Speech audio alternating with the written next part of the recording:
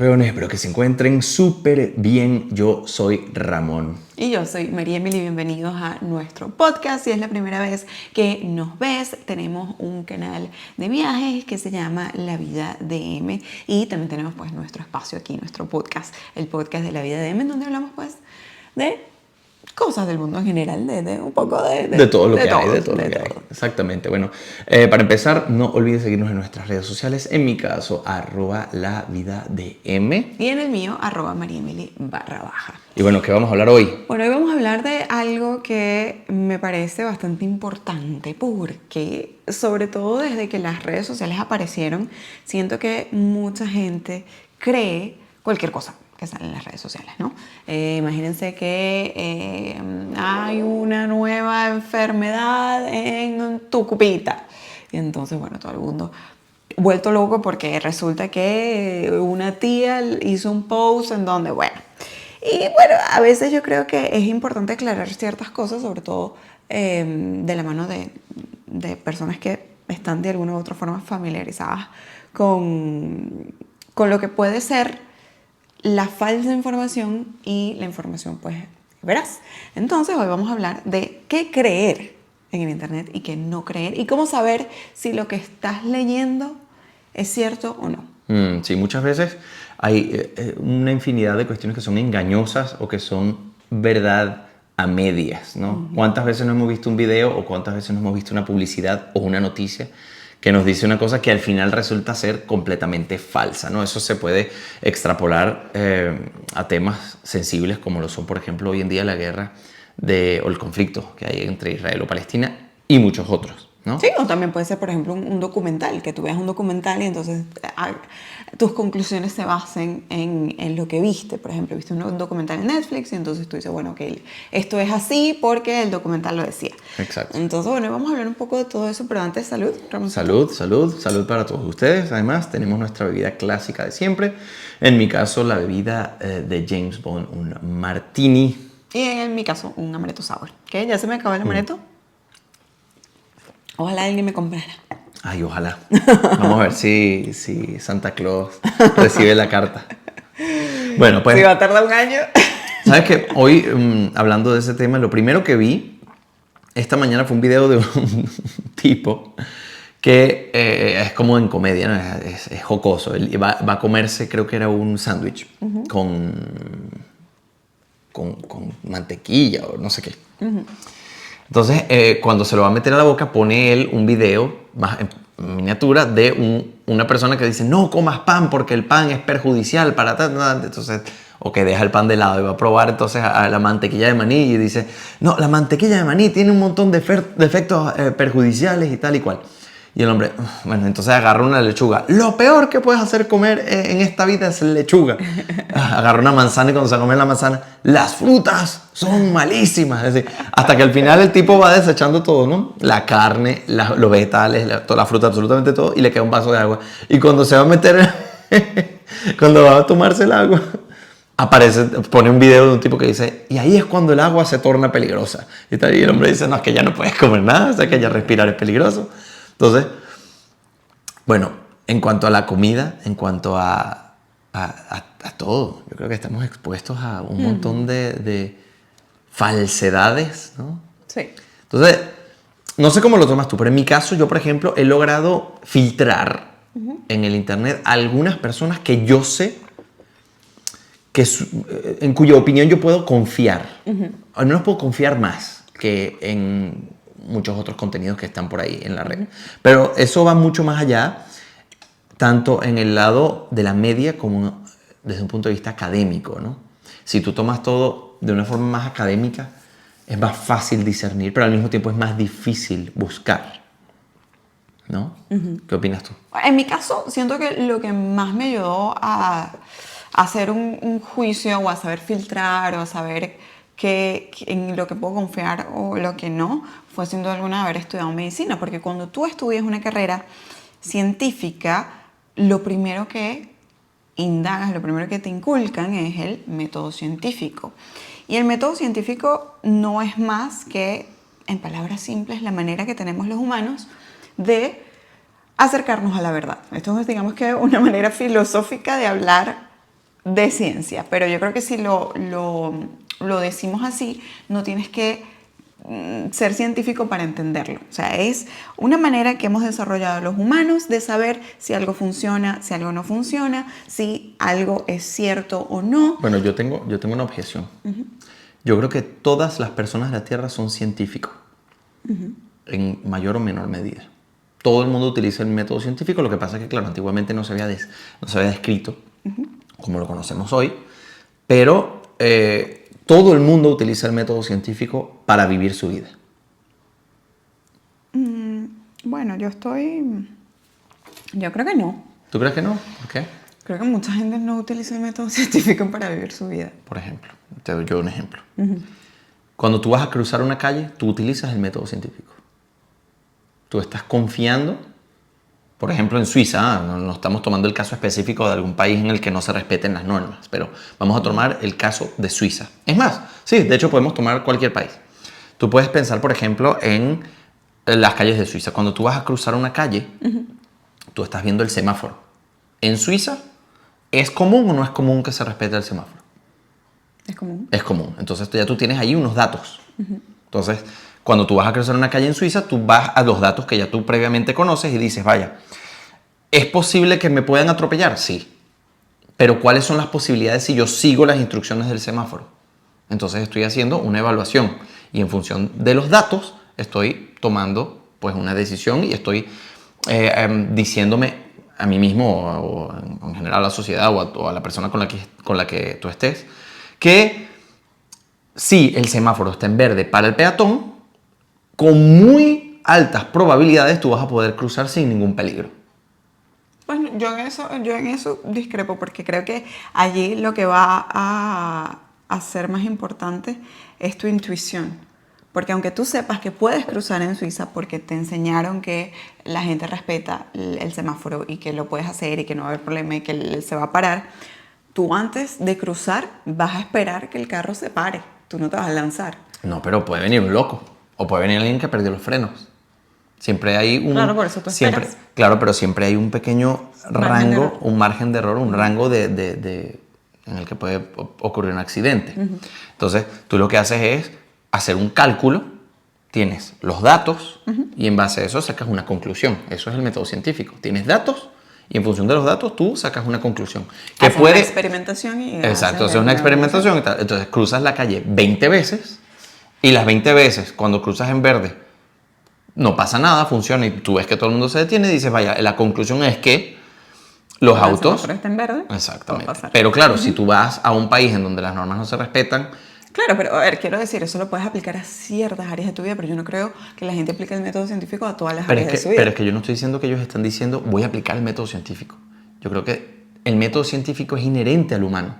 Claro. Y a los animales. Lo que pasa es que no lo describimos de esa forma. A ver, se basa básicamente lo que ocurre con el método científico. Perdona que te interrumpa. Explícanos qué es el método científico, porque a lo mejor mucha gente lo habrá visto en el colegio y dice, porque yo no me acuerdo qué es eso. Claro, el método científico es un proceso en donde tú, a través de la evidencia y la experimentación, vas a llegar a conclusiones. Entonces, por ejemplo, imagínense, todos nos recordamos del COVID, todos nos recordamos de la pandemia. Y allí es cuando un ejemplo perfecto de cómo el método científico se implementó. Entonces, tú, ¿qué es lo que haces? Tú tienes una hipótesis, tú dices, bueno, a ver, yo creo que si yo utilizo tal o cual componente para la vacuna, esta vacuna puede funcionar. ¿Okay? Entonces tú la haces, la realizas y vas a la parte de experimentación. ¿Y cómo vas a hacer la parte de experimentación? Tienes ciertos pasos, tienes ciertas regulaciones. Primero lo haces en animales, después vas a los human trials, los experimentos en humanos, vas sacando conclusiones y bueno, todo esto tiene unos tiempos, todo esto tiene unas regulaciones muy estrictas que tienen que estar evidentemente bien descritas, tienen que tener ciertos cánones, pero básicamente es eso, es tener la capacidad de sacar conclusiones en base a la evidencia y pues comprobar o descartar hipótesis. Entonces al final la gente, pues Johnson & Johnson, todas las farmacéuticas crearon la sus propias vacunas y dijeron, bueno, ¿saben qué? Yo creo que esta funciona, vamos a probarla, y en base a los datos dijeron, sí, efectivamente, ahora inoculamos a esta persona con COVID, no le dio o le dio y no tuvo consecuencias fatales, etc. Por ende, esta vacuna funciona. Entonces, ¿qué ocurre? Que cuando tú aplicas el método científico, tú puedes tener muchos tipos de resultados y muchos tipos de estudios, porque lo que se quiere con el método científico es obtener un estudio, pero no todos los estudios son iguales y no todos los estudios tienen el mismo valor. Entonces, bueno, es muy importante también decir que una gran cantidad de estudios, por no decir todos los estudios, están sesgados de alguna forma. claro, por eso es muy importante conocer todos los tipos de estudios que existen. Por ejemplo, imagínense, yo mañana podría crear un estudio, ¿ok? Digamos que serio, avalado, etcétera, en donde yo digo que el amaretto sour incrementa la capacidad de retención, imagínense. Entonces o la de sociedad, de relacionarse. por ejemplo, o la capacidad histriónica de alguien. Ok, por ejemplo. Por decir. Porque cada vez, mi hipótesis es que cada vez que yo hago mi podcast, yo bebo amaretto sour y las palabras salen con mucha más fluidez y yo me siento mucho mejor y no me da miedo hablar, etc. Claro. Entonces, ¿qué hago yo? Yo voy a agarrar y voy a contactar a 50 personas que hacen podcast y a todos les voy a dar amaretto sour. Y yo voy a seguirlos y vamos a hacer una experimentación y les voy a decir cada vez que ellos terminen el podcast, durante el podcast, etcétera, les hago una encuesta de cómo se sintieron, etcétera, y así durante 3 meses, pónganse un tiempo determinado. Y después yo saco mis conclusiones. Y si las personas decían que en efecto el amaretto sour los ayudaba, yo tengo un estudio de casos. Por ejemplo, en este caso, porque yo agarré un caso, estudié un caso de María Emily que decía que el amaretto sour le mejoraba su dicción y su capacidad histriónica, y yo lo describo, pero ¿acaso eso significa que esto es verdad? No, porque correlación no implica causalidad. Exacto, y además porque estamos hablando de un caso. Si yo mañana les digo, hay muchos casos, por ejemplo, con las enfermedades raras, casos de una medicina en particular que curó tal o cual enfermedad. Una enfermedad de la piel rarísima y tal, y tú describes. Tú dices, ok, en este caso de una persona que tenía tal enfermedad, con tal cáncer, con tal cosa, yo le di este medicamento y funcionó. De repente todo eso se lo das a otra persona y no sirve. De hecho, ustedes han visto quizás probablemente series de médicos. Sí. Tipo House, tipo The Good Doctor, etc. Entonces, cuando ellos se reúnen y hacen las reuniones médicas, ellos dicen, ok, el tratamiento, digamos que eso se llama el golden... tratamiento de oro, hay otra palabra, se me fue ahora mismo, pero el gold standard, exacto, el gold standard. Los gold standard pueden ser pruebas que tú haces, por ejemplo, imagínense que tú sospechas que tienes cáncer de colon. El gold standard para el cáncer de colon en cuanto a los exámenes es una resonancia magnética con biopsia con taca-taca. ¿Okay? Entonces eso es lo que se tiene que hacer cuando esa persona tiene eso. Claro, ese es el procedimiento. Y el tratamiento, estándar, exacto, y el tratamiento, que eso es lo que me va a decir sí o no. Claro, ¿Okay? claro. Pero ¿qué pasa? Que tú lo haces y tal y no tienes resultado y tal, y de repente se les empiezan a ocurrir cosas un poco más raras y dicen, hay un estudio de caso en Noruega en donde están utilizando cloro para tratar, ¿entiendes? Entonces allí es donde tú dices, ok, perfecto, pero ¿cómo llegaron a la conclusión de que el primer tratamiento era la visitulirrapsona de no sé qué tratar? Claro. ¿Cómo llegaron a eso? Probando y probando y probando. Probando y probando y probando y llegando a digamos que el escalón más alto del método científico, que es el metaanálisis. Exactamente, claro. El metaanálisis. Y esto es importante, y perdón, y con esto voy a terminar mi idea. Ramón no es científico, Ramón es artista. Y fíjense cómo domina el tema y lo sabe y todo simplemente por su propia curiosidad y por sus propias ganas de acercarse más a la verdad y de tener estas dudas de, ok, tengo 2 opciones, me creo lo que me están diciendo o ¿cómo hago para saber esto? Entonces, bueno, es cierto que también en defensa de aquellos que no han tenido una vida de métodos científicos, en mi familia todos son médicos, todos son científicos, menos yo. Entonces es algo en lo que he estado bombardeado, no he podido escabullirme, ¿no? de ese tipo de pensamiento o razonamiento. Pero bueno, exactamente las mismas cosas se aplican a lo que uno ve por internet. Porque ¿cuántas veces yo he tenido muchos debates con una infinidad de gente sobre una infinidad de temas? Y muchas veces me mandan un link de un estudio de un caso de tal, o de varios casos de tal. Yo digo, pero es que eso a mí no me sirve de nada, porque un estudio puede implicar 1001 cosas que no se están considerando, y nuevamente, correlación no implica causalidad. ¿Qué quiere decir eso? Eso quiere decir que si, en efecto, como les ponía el ejemplo María Emilia antes, el amaretto hace que ella sienta cierta soltura al momento de hablar, no necesariamente tiene que ser por causa del amaretto. Podrían ser una infinidad de cosas. 1, está conmigo. 2, se siente más relajada cuando nos sentamos a hacer esto. 3, a lo mejor la cámara de alguna manera tiene un efecto en ella que hace que ella pueda concentrarse mejor. Son tantos factores que se están dejando por fuera. Pero el estudio al final va a decir, en efecto, el amaretto tiene un efecto positivo en la soltura de la gente y la vuelve más histriónica. Claro. ¿No? Entonces, claro, cada vez que ustedes ven esos estudios, que no necesariamente tienen que estar mal, pero muchas veces están sesgados. No, y además que todos los metaanálisis comienzan con estudios. Por supuesto. Entonces, ¿qué es lo que se hace?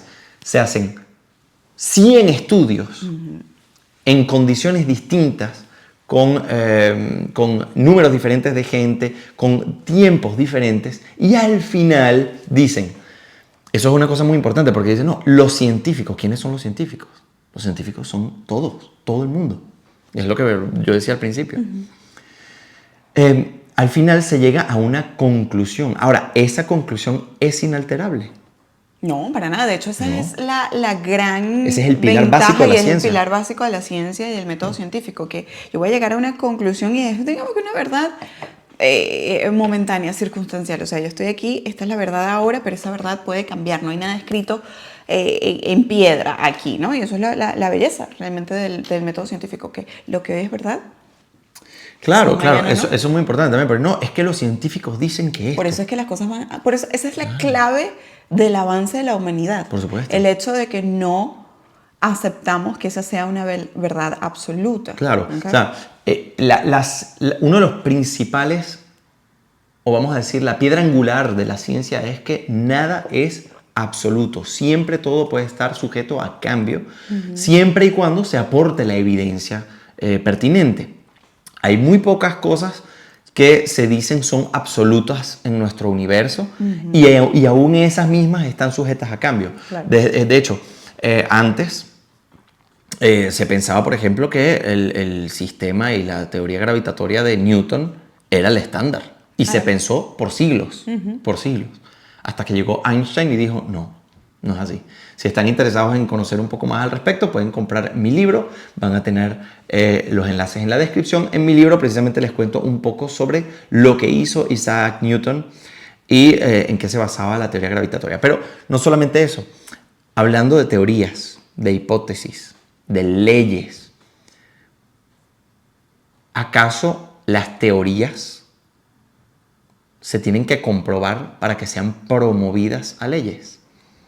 No, las teorías, a ver, o sea, quiero decir, tú puedes tener una teoría, aplicarla, y por ejemplo tenemos, este es un caso que a ti de hecho, creo que lo mencionaste una vez en tus historias, que hablaste de la teoría de la relatividad versus la ley gravitatoria, también hablaste de esto, Bueno, ¿no? es diferente. Lo que pasa es que la gente, y eso es un problema yo creo que escolar. Confunde las tres, hipótesis, teoría y ley. Claro, hipótesis, teoría y ley, y además el sentido semántico de la palabra teoría, que no es lo mismo. Cuando yo en la calle te digo, bueno, en teoría eso funciona, no quiere decir lo mismo que la teoría de la evolución, la teoría gravitatoria, la teoría microbiana. Claro, porque mucha gente piensa, o sea, dice, este ejemplo es muy bueno. A ver. ¿Qué? Yo no vengo del mono. Por muchas razones. Primero, los monos todavía existen. Claro. Segundo, eso es una teoría. Eso es una teoría. La teoría de la evolución. No es que es la ley de la evolución. Eso no es así. Exacto. Entonces ahí es donde entran las Claro, buenas lo que discusiones. pasa es que en el colegio no te lo explicaron. Claro. La palabra teoría, semánticamente hablando, no es lo mismo que la teoría científica. Cuando tú vas al colegio, cuando todos ustedes fueron al colegio, o los que están yendo todavía al colegio, ustedes cuando van a la clase de biología, a la clase de ciencias de la tierra, a la clase de química, ustedes antes de realizar un experimento, ¿qué tienen que hacer? Tienen que estudiar algo. ¿Qué estudias? La teoría. La teoría. La teoría. Todo el marco teórico. Eso es la teoría. No es una hipótesis. Una hipótesis es... De hecho, cuando tú aplicas el método científico, que es algo que probablemente muchos de ustedes lo hayan hecho cuando hicieron una tesis en secundaria, por ejemplo. Si no fueron a la universidad, normalmente también en secundaria se hacen tesis. Y si fuiste a la universidad, pues también hiciste una tesis. Y si hiciste un posgrado, también hiciste una tesis. Y es eso, o sea, tú haces primero un marco teórico para explicar, para entender y para avalar tu hipótesis. Exactamente. Tienes que tener un gran marco teórico. Tienes que entender muy bien la teoría. Así es. Antes de abordar cualquier tema. Puede ser de la cosa más ínfima como las palomitas de maíz, como las cotufas, hasta la ciencia de los cohetes y cómo se vuela al espacio, ¿no? Entonces, ¿qué pasa con las teorías? Cuando yo digo, no, es que yo en teoría creo que esto es así. Yo no estoy diciendo eso. Yo estoy diciendo, mi hipótesis es tal. Claro. Mi hipótesis, es decir, yo he visto ciertas cosas y en función de lo que yo he visto, he apreciado la data que tengo, pues yo tengo una idea. Esa idea que no se ha comprobado nunca, eso es una hipótesis. Una idea que puede ser cierta o no. O no, claro, puedes estar en lo cierto como puedes estar equivocado. Eso es una hipótesis. Es la conclusión a la que tú llegaste en base a esa teoría. Claro. Tú tienes esa idea, esa hipótesis, pero son palabras que sí, que se mantienen. Y esto ocurre muchísimo, pero con un montón de palabras. Ocurre, por ejemplo, sobre todo en palabras asociadas a la filosofía, eso es el pan de cada día. Miren, la palabra cínico, por ejemplo. No, es que tú eres un cínico. Claro. Si tú vas a la semánticamente, cínico en el uso de todos los días quiere decir una persona que... con mala intención. Con mala intención, una persona que quizás se apoya un poco en burlarse de alguien, de una realidad. Pero si tú vas a los cínicos de la escuela del cinismo, eso no tiene que ver absolutamente nada con eso. Los cínicos están relacionados con los instintos de la persona. De hecho, el cinismo, el cínico más grande era Diógenes. Diógenes. Ustedes conocen la historia de Diógenes y el increíble Alejandro Magno. Sí, bueno, primero hablar de Diógenes es todo, es todo un poema porque justamente Diógenes, al ser un cínico, pero en el sentido filosófico de la palabra... vamos a decir que es la escuela del cinismo. Es la escuela del cinismo, así como hay la escuela del epicureísmo, así como la escuela de tantas... aristotélica. Muchísimas. Sí. Pero en este caso estamos hablando del cinismo. Y bueno, Diógenes decía que había que estar conectado con tus necesidades fisiológicas, con tus instintos, con lo más primitivo del ser. Entonces, era una persona que realmente era muy desagradable. ¿Por qué? Porque él, si tenía ganas de hacer caca y enfrente de cualquier persona, pues lo hacía. Vivía en un barril. Era una persona que... Vivía en un tar. ¿Cómo se llama? Una vasija gigante. Sí, bueno, como una especie de barril, como el Chavo, pues una cosa así. Imagínense el Chavo, pero que se hace caca y se masturba enfrente de todo el mundo, ¿no? Porque estamos hablando de que todas estas cosas primitivas, él pues las mostraba, no las controlaba. Entonces, bueno, te dejo que hables de tu amor. De mi amor. ¿Quién es mi amor? Magno. Alejandro Magno. Es Alejandro Magno. Hablando de Alejandro Magno, si quieren conocer detalles increíbles de Alejandro Magno, también en mi libro lo van a poder conseguir. Es que en ese libro yo escribí de todo. El último destino es, ¿ustedes quieren aprender? Compren El último destino, tienen el link abajo. Bueno, ya hablamos ahí de Newton en El último destino y ahora viene Alejandro Magno en El último destino. ¿Qué pasa? Que Alejandro Magno presuntamente conoce a Diógenes, ¿no? Y cuando llega a la ciudad, a Atenas, lo ve allí y le dice: Diógenes, mucho yo he escuchado de usted, que usted es un gran pensador. Dígame, yo le admiro, yo quisiera ofrecerle algo, lo que usted quiera, pídamelo.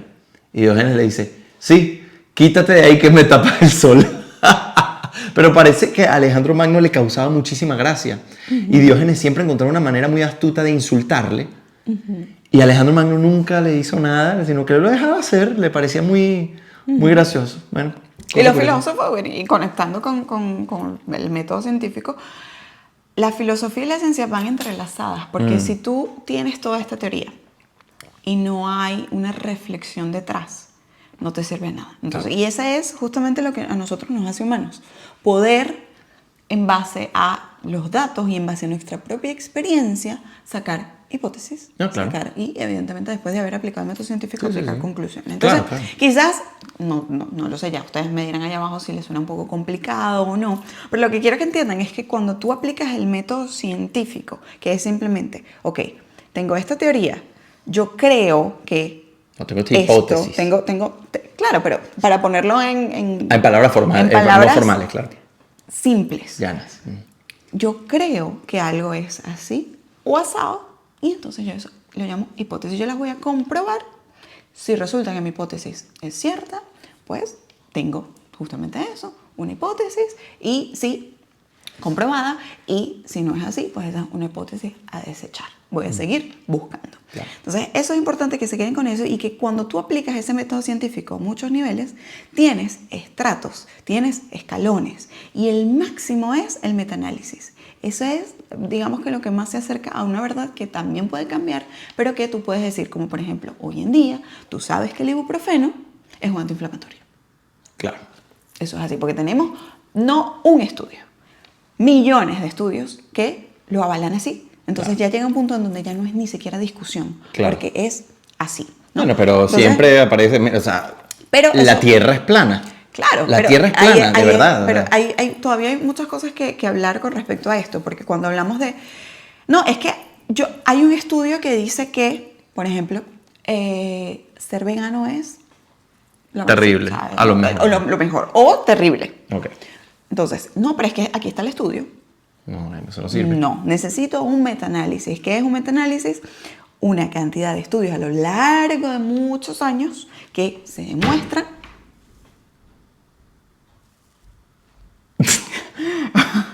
el vecino. Ajá. Vale, perdón. ¿Qué es un metaanálisis? Una cantidad de estudios que a lo largo de los años van dando el mismo resultado. Y entonces avalan que esa hipótesis es cierta. Entonces, tienes los estudios de caso, tienes las opiniones de expertos. Y esto es súper importante, súper importante. No, pero es que mi mamá es médico y ella me dijo que eso es así. Eso se llama falacia ad verecundiam. Así es. O falacia de autoridad. Porque un experto diga A o B, eso no quiere decir que eso sea cierto. ¿Que tiene validez? Por supuesto que tiene validez. Porque si yo voy mañana y le hago una pregunta a un físico y el físico te la responde y después te la respondo yo, evidentemente en la escala de verdad, en la escala del método científico, en la escala de la evidencia, la palabra de un físico tratándose de una pregunta física va a ser pues más pesada. Debería ser de un valor un poco mayor, pero una opinión al final se queda en eso, ¿no? Sí. Yo recuerdo que en un grupo de WhatsApp de historiadores y coleccionistas de billetes y monedas apareció una vez un billete que estaba en muy mal estado y entonces todo el mundo empezó a criticarlo. Entonces el moderador dijo, por favor, dejen de comentar porque aquí no necesitamos a opinólogos. Claro. Necesitamos a historiadores que nos digan si ese billete realmente es lo que dicen ser. Y al final resultó ser un billete carísimo, aunque estuviese destruido, ¿no? Porque era muy raro. Claro. Entonces, claro, al final es todo opinología. Claro. Si tú no tienes... Claro, y luego volvemos a lo que yo decía al principio. Tú tienes gente en cuya opinión tú confías más. Claro. ¿No? O sea, a mí me dice algo Pérez Reverte y yo voy a confiar mucho más en lo que dice Pérez Reverte que lo que dice cualquiera por ahí. Claro, totalmente. ¿Por qué? Porque tiene un historial, tiene un background. La mayoría de las cosas que él dice, yo las he buscado y en efecto son así. Claro, ¿no? claro. Sin embargo, acabas de decir algo muy importante. Acabas de decir, cuando un experto da una opinión, yo voy y lo busco. Sí. Y esa es la diferencia. Entonces, ¿cómo saber? Bueno, hay muchos sitios webs en donde ustedes pueden buscar esto, pero en general yo les recomiendo que pongan el tema o el encabezado o el enunciado de esa verdad y seguido por metaanálisis en Google. ¿No es así? Por ejemplo. Por ejemplo, si estamos hablando de temas médicos, PubMed, P-U-B-Med, es, digamos que la referencia. Sí. Y si tú ves que hay un metaanálisis en PubMed que dice que X es así, X es así. Muy probablemente X sea así. Sí. Entonces, Por eso yo no digo, esto es así, yo siempre digo, muy probablemente esto es así. Muy probablemente esto es asado. Claro. Pero claro. siempre, si ustedes han visto mis videos, muy rara vez yo digo, esto es así. ¿no? Claro. Salvo que sea una cosa o bien ínfima o pequeña o así un poco tal. Ajá, pero eso que... quiere decir que no tenemos derecho a tener una opinión.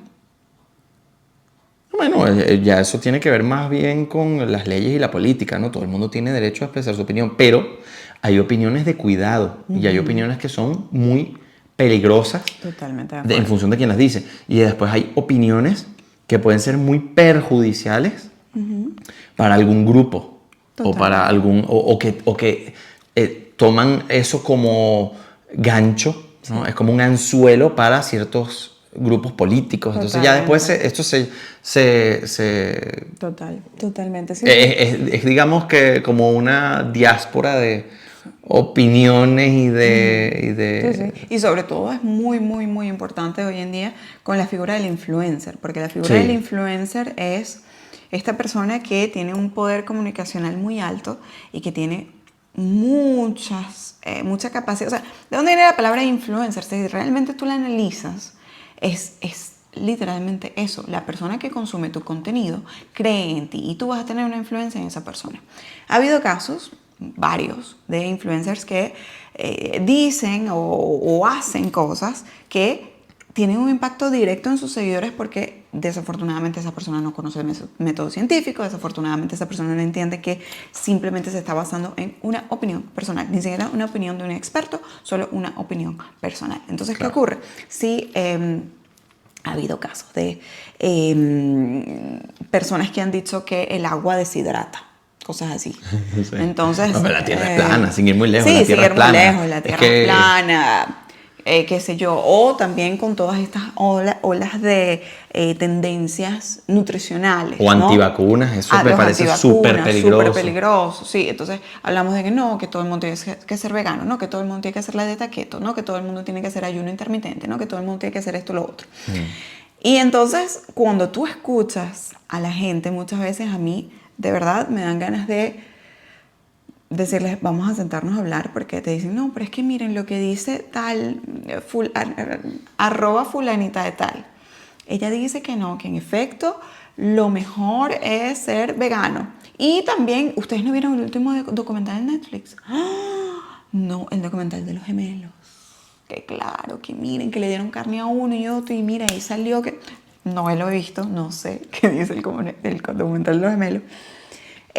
No para decir que no está bien, o sea, que es correcto o incorrecto, simplemente que esas son cosas muy anecdóticas. Exactamente, ¿no? Entonces ahí es donde yo digo, no significa que no puedes tener una opinión, no significa que no puedes creer en algo, significa que tienes que saber que estás creyendo, tienes que saber de qué se trata eso. Tú ves un documental de Netflix, por ejemplo, este de los gemelos. No, el que a mí me dejó loco fue el de Cleopatra. Ok, no lo vi, no sé. Yo vi el principio y dije, pero es como que yo me invente la historia completa otra vez. Digo, no, es que a mí, porque yo creo que eso es así, porque en esa zona del mundo hoy viven tales. Entonces, hace 5.000 años no, Cleopatra era antes del Peloponeso, no me acuerdo, creo que sí, antes o después. Bueno, 2.000 años, vamos a poner. No, es que hoy en día la gente que vive ahí es así que hace 2.000 años seguramente también era así. No, mi hermano, eso no... Claro. Eso no fue, no, o sea, sí, bueno, también mucha gente, la típica de, no, yo lo vi en National Geographic y cosas así. Cuando yo muchas veces vi documentales de National Geographic con errores garrafales. Más que, tengo que decir, más que los de National Geographic, los de Discovery. Okay. En National Geographic había menos errores. No hay nada en contra de National Geographic, nada de esto, sino simplemente que están sujetos a errores. Sí, claro, o sea, pero todo el mundo. Pero una cosa... Mira, ¿cuántos en nuestros videos hemos cometido muchos errores? Por supuesto. Hemos cometido muchos errores. Y después yo lo veo y digo, ¿cómo no me di cuenta? Claro. ¿no? Claro, claro que Pero, sí. pero bueno, ya está ahí. Entonces, a veces yo escribo el comentario y digo, miren, en tal minuto esta cosa resulta que es así porque después lo investigué mejor y tal, Claro, ¿no? claro. Pero, ¿sabes? Eso es una cuestión a la que está sujeto todo Claro, pero el mundo, hasta el científico más increíble del planeta. Por supuesto, pero ahí es donde viene tu responsabilidad de no creer fielmente en todo lo que te dicen, sino averiguarlo y tomar pues las riendas de la información que tú decides aceptar como verdad o no. Claro, sí. Eso para mí Pero yo creo que es muy en importante. todos los campos, ¿eh? En todos los campos. En la historia. Claro, en todo, en la historia, en la ciencia, pero sobre todo en la ciencia y en cosas que te afecten directamente a ti.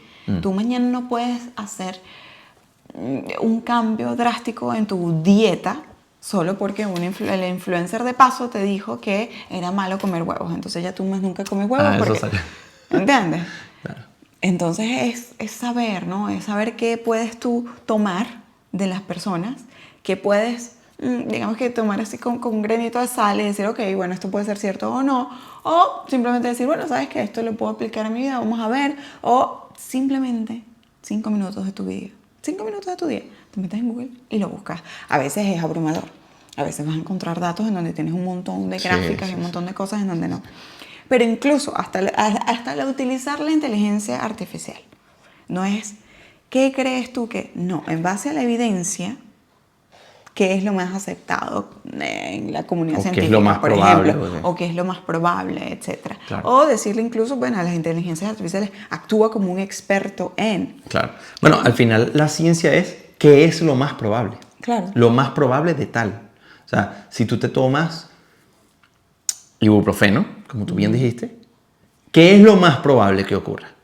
Que actúe como un desinflamatorio o que te dé una muerte súbita al momento. Claro, habrá alguna persona en el planeta que quizás es intolerante al ibuprofeno y que por mala suerte reacciona mal a eso y se muere. Totalmente. Entonces después sale todo el mundo entonces, a decir, el ibuprofeno. yo no tomo medicamentos. Ajá. Yo no tomo medicamentos porque a mi tía Paquita una vez ya se tomó un ibuprofeno y se murió. Y ahí está todavía con el C. Pero ¿qué es lo más probable? Claro. Entonces todo es así. Con la teoría de la evolución, volviendo a lo de antes, la cantidad de evidencia que avala a la evolución es abrumadora. ¿Podría estar equivocada? Podría. Bueno, yo creo que primero lo que hay que entender es que muchas veces la gente no sabe de lo que se está hablando. Me explico. En cuanto a la teoría de la evolución, la gente dice, no, pero es que yo no vengo del mono. Ya va, pero es que la teoría de evolución no está diciendo que tú vienes del mono. Claro, Para empezar, ¿ok? Entonces, no, es que yo no tomo antibióticos. No, yo no tomo antibióticos. No, porque es que imagínate. O peor aún, el contrario. Tengo una gripe. No, es que yo necesito antibiótico. Claro. Esto no se me va a curar si yo no tengo antibiótico. Claro, ¿qué es un antibiótico? ¿Qué es un antibiótico? ¿Qué es un antibiótico? Claro, exactamente. ¿Qué ataca el antibiótico? Exacto. ¿Qué causa la gripe? Entonces, y esto no es culpa de ustedes. Si ustedes están viendo este podcast. Bueno, de ustedes, ustedes estamos hablando del mundo en general. De cualquier persona, porque yo también tengo esas carencias en muchas cosas. Yo de repente pienso, no sé, ahorita no se me ocurre nada, pero tengo ideas y tengo, digamos que prejuicios en base a la vida. Y de repente viene un experto y de repente estudio el metaanálisis y me digo, no, ¿sabes qué? Esto no es así. Claro. Pero entonces, para explicarles, porque puede ser el caso, que no lo sepan, los antibióticos atacan bacterias. La gripe es un virus. Está causado por un virus. Entonces tú necesitas un antiviral.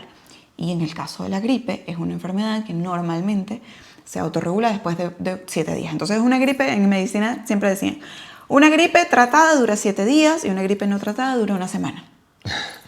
Con lo cual... No hay cura. Entonces, eso con respecto a la gripe. Claro, pero dinos, ¿cuál es la diferencia entre un virus y una bacteria? Bueno, una bacteria es un microorganismo completo. Esa bacteria tiene partes muy chiquititos, el virus es aún mucho más pequeño, pero el virus es solamente una partecita de información genética, normalmente ARN. Para hacerlo así todavía más llano, una bacteria sería un edificio y un virus sería una persona. Por ejemplo. Pero exacto. Entonces tú tienes el edificio, o más bien sería como una empresa, la bacteria. Una empresa que trabaja, que se sustenta, que tiene su sistema, mientras que el virus va a necesitar dónde vivir. ¿Okay? Entonces tú, por ejemplo, llegas y agarras un virus, el COVID típicamente, que todo el mundo lo conoce hoy en día, y necesitas ese huésped, entra a la célula y bueno, pone a la célula a trabajar para él. Para multiplicarse. Pero bueno, el punto es que los antibióticos no atacan Los virus. A los virus, exacto. Entonces, es tan importante entender o tratar, porque yo sé, yo no espero que nadie, yo todo esto lo conozco porque yo estudié medicina, pero si no lo hubiese estudiado, probablemente quizás no lo sabría. Entonces, es muy importante que ustedes siempre se remitan a la evidencia. ¿Qué pasa? Si seguimos hablando sobre medicina. Súper común. El médico te dice, bueno, durante 7 días te vas a tomar este antibiótico porque tienes unas anginas, una amigdalitis. Y tú ya al 4.º día tú te sientes perfecto. Claro. Y abres la boca y no tienes nada y bueno, buenísimo, y te dejas de tomar el antibiótico. Porque tú decides hacer caso omiso de lo que te dijo el experto. Si bien hasta ahora hemos dicho que la palabra de los expertos hay que tener cuidado, etc. En este caso estamos hablando de un tratamiento que ya se ha probado con unos metaanálisis. Entonces el experto simplemente está comunicándote lo que tiene que hacer. Pero eso se tiene que hacer así. Claro, y en el caso de los médicos es también particular porque ellos realmente tienen muchísima presión para aprender esas cosas. Claro, ¿no? sí, pero bueno, como todos los Pero bueno, como expertos. todo, sí, es verdad. Entonces, ¿qué pasa? Que cuando tú dejas de tomarte el medicamento en ese punto, quizás ya tú no tienes los síntomas, quizás ya tú no lo ves, pero esas bacterias siguen allí. Y como siguen allí, van a migrar a otros sitios de tu cuerpo, por ejemplo, típicamente al corazón y a los riñones. Y luego, no solo vas a probablemente ser resistente al tratamiento, porque no las mataste, como debería ser, o vas a tener complicaciones. Entonces, yo a veces veo tantas cosas, o sea, de personas que no se quieren, ay, tengo una angina, estoy llena de pus y yo no me quiero tomar. La chica que decía que pasando hambre iba a matar, ¿no te acuerdas? Ah, sí. Eso fue un caso. Comiendo sandía o cosas así. No, sí, comiendo sandía y vas a matar a las bacterias o qué. Sí, ayunando. No. Entonces, lo que está tratando de decir María Emilia es que si la persona no se toma el tratamiento completo, no mata a la bacteria, sino que algunas van a sobrevivir y van a desarrollar una resistencia a ese fármaco. Cuando vuelves a tratarlo, el fármaco no va a hacer nada. Ya no funciona. Y por eso es tan delicado tomarse antibióticos a la ligera. Porque tú no puedes. Porque antes, si la memoria no me falla, antes tú podías comprar antibióticos sin recipe médico. Claro. Y se dieron cuenta de lo que estaba pasando y dijeron, no, mira, no. Claro, totalmente. Por eso es que hoy en día hace falta recipe para el antibiótico. Así es, porque uno va haciendo regulaciones en base a las cosas que lo requieren. Entonces, bueno, sí, como estábamos hablando ahora de las ideas que la gente tiene y que a veces se necesita tener claro el concepto grande. Antes, si no tienes claro el concepto grande, si tú no sabes qué es un antibiótico, no vas a poder aplicar el método científico a tu realidad, ¿no? Claro. Y yo, una vez más, no estoy diciendo que se van a poner una bata de laboratorio y ustedes van a hacer... No. Esto lo puede hacer cualquier simplemente persona. Lo puede hacer cualquier persona. No necesitas haber ido a la escuela, ni siquiera. Simplemente actuar con lógica y saber dónde buscar la información, que hoy en día la tenemos, miren, al poder, al alcance de nuestro pulgar. Entonces, ¿qué pasa? Que, por ejemplo, lo que hablabas de la teoría de la evolución, la gente dice, no, yo no vengo del mono. Y además que esto se ve, ahí están los monos. Bueno, yo ¿Cómo voy a venir yo del mono si están los monos ahí? Yo me digo, claro, y los estadounidenses vienen de los irlandeses. Y entonces, sí, ¿por qué todavía hay irlandeses? Claro, es lo mismo. Nosotros venimos de los españoles porque todavía hay españoles. Porque todavía hay españoles, es verdad. Claro. Entonces, es lo mismo, ¿no? La evolución es una cuestión que ya... no hay prácticamente ninguna persona en la comunidad científica que rechace la evolución. La evolución es lo que es y sabemos que es así, salvo que aparezca alguna evidencia que demuestre lo contrario, que nunca ha ocurrido. Pero que puede. Hombre, todo es posible, pero es muy improbable. Nuevamente, ¿es probable o es improbable? Es muy improbable. Es prácticamente imposible que ocurra, pero quién sabe. Ahora bien, existe también la teoría microbiana. Pero habíamos dicho, o sea, para que la gente se quede con lo que es. Sí. La teoría de la evolución simplemente estipula que tenemos un ancestro común. ¿Okay? Con los primates. Sí, con todos. ¿Okay? Con todos. ¿Okay? Entonces, ¿qué pasa? Que existan gorilas, ¿significa que nosotros venimos de los gorilas? No. Significa que Somos primos. son primos, véanlo así, por ejemplo. O sea, que imagínense que aquí en medio de la pantalla hay un circulito, ¿ok? Y que de aquí salen ramitas, ¿ok? Y que todos estamos conectados con esto. Eso simplemente ya, así, en palabras simples. Y a eso no se sabe quién era. No se sabe quién es ese ancestro en común. Y a ese se le conoce como el eslabón perdido. Porque no se Bueno, sabe. ahora le llaman la Eva primitiva o algo así. Sí, pero bueno, no se sabe. Algo O sea, así, no se pero, sabe. pero estudiaron hace poco un montón de datos de ADN de gente de distintas partes y se dieron cuenta de que todos, prácticamente todos los humanos de la Tierra tenemos como ancestro común a una mujer que vivió, me parece que hace 200.000 años. Bueno, pues quizás. A una mujer. Bueno, una mujer. Sería que Homo erectus, quizás en ese momento, no sé. Habría que estudiar los años, pero no me acuerdo. Pero así mismo como todos venimos de África, ¿no? Claro. Pero ¿qué pasa? Que la evolución son cambios muy pequeños que se van dando a lo largo de un gran periodo de tiempo. No estamos hablando de décadas ni de siglos. Estamos hablando de milenios. Sí. Milenios. Entonces, ¿qué pasa? Que el libro de Darwin, de hecho, se llamaba, si no recuerdo mal, Teoría de la evolución por selección natural. Claro, ¿Qué quiere decir natural. por selección natural? Que sobrevive el más fuerte. apto. No el más fuerte, el más apto, exactamente. Entonces, ¿qué pasa? Que en una camada de 10 lobos, a lo mejor hay un lobo cuya piel se mimetiza mejor con la nieve. Sí, Entonces sus manchas era más blanco, entonces vivía más. Y va pasando el tiempo y entonces ese lobo va a tener cachorritos y los cachorritos van a salir más blanquitos. Claro. Y entonces dicen, ay, ¿sabes qué? Ya no sirve tanto que sean más oscuritos, No, sino que se va a ver más en la nieve. Se van muriendo los que tal. Claro. A lo mejor una camada de lobos grises tiene una generación de hijos, pero esos ya mueren y van quedando menos y los que van sobreviviendo más son los blancos.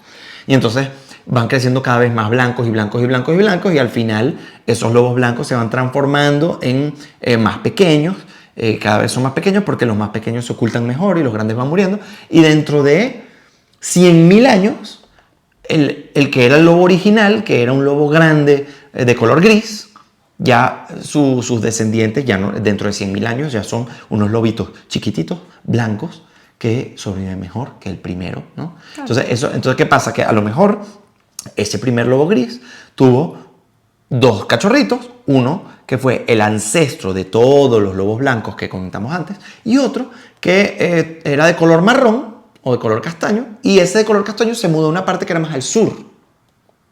Entonces, esa parte que era un poquito más al sur ya no había tanta nieve, y el ser castaño le ayudaba a mimetizar mejor. Entonces, después de 100.000 años, los blancos a lo mejor son chiquiticos y totalmente blancos, mientras que los que se fueron al sur ahora son gigantescos y de color negro, ¿no? Entonces ya, y entre ellos no son compatibles, claro. Ya son especies diferentes. Son especies de familia. Bueno, en ese caso si el cambio... Claro, sí, ya no son compatibles, claro, es una especie diferente. Otra especie. Claro, es como que tú intentes... sí, porque es la familia de los cánidos, ¿no? Cánidos, sí, un lobo y un perro. Exacto. Bueno, yo creo que sí, ellos sí son compatibles, pero hay ciertas especies que no son compatibles entre sí. Un lobo en Chihuahua.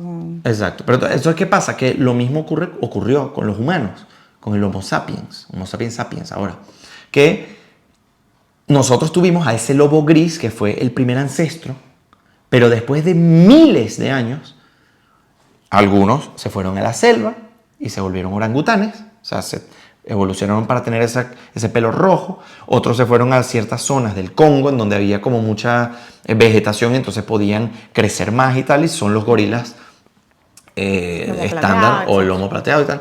Otros fueron chimpancés y otra de esas ramas se transformó en el Homo erectus, el Homo neanderthalis, el hombre de Cro-Magnon, el Ramapithecus, y de allí, de toda esa línea de sobrevivientes, aparecimos nosotros. Nosotros somos solamente una de las muchísimas ramas de todo ese árbol que es la evolución que tuvo lugar a lo largo de miles y miles y miles de años.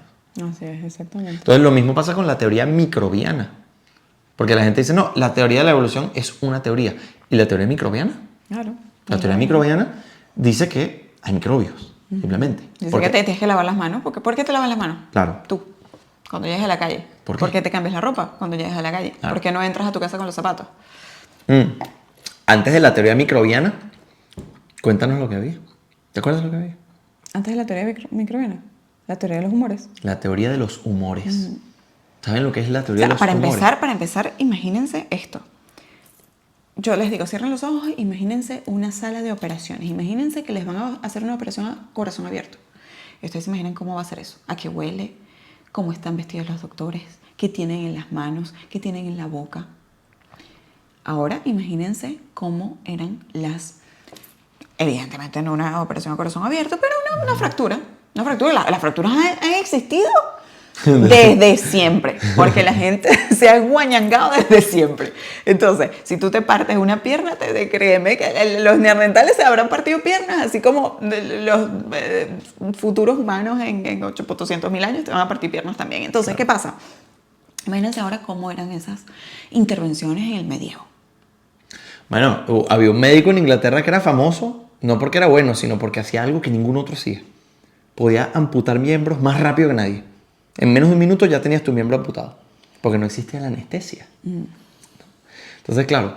Pero bueno, la gente, lo que le quiero decir con esto es que no se lavaban las manos. Algo que para ustedes, y esto me encanta que hayamos llegado aquí y ya estamos casi terminando, porque esto ilustra perfectamente la herencia y las bondades del método científico.